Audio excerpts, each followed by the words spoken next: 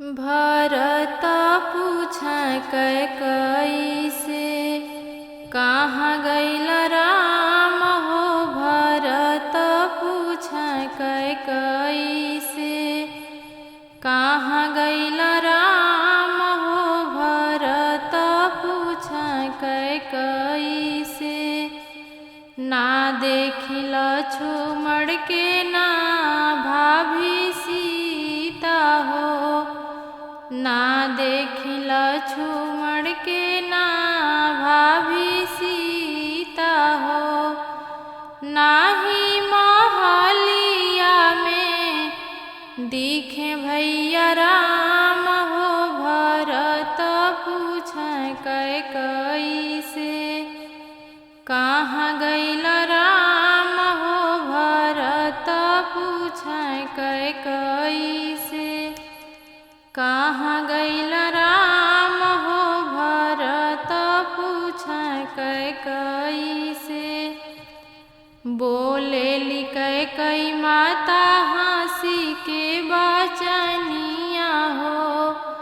बोलेली कैकई माता हँसी के बचनिया हो। तुहरा के राजा बने के बातई अरिया हो।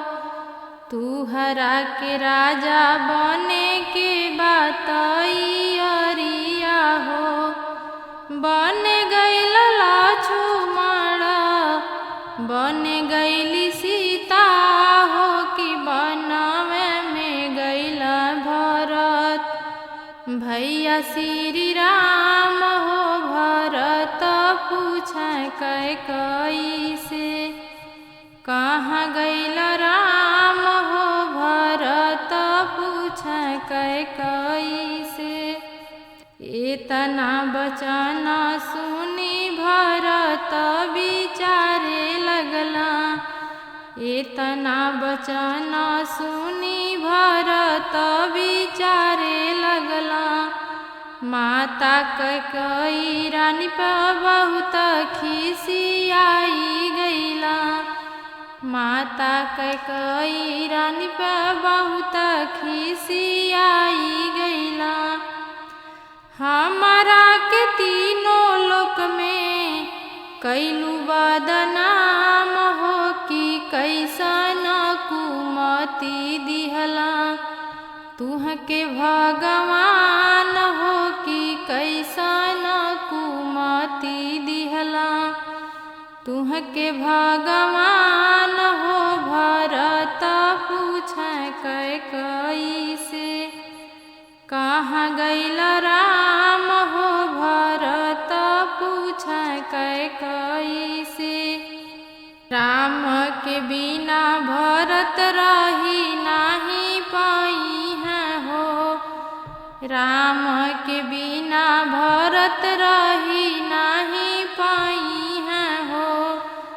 जाई के चरनिया में राम के गिरी है हो।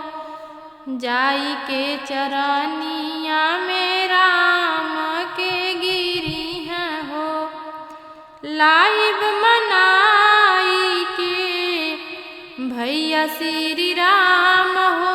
भरत पूछै कैकई से कहाँ गइल राम हो। भरत पूछै कैकई से कहाँ गइल राम हो। भरत पूछै कैकई से।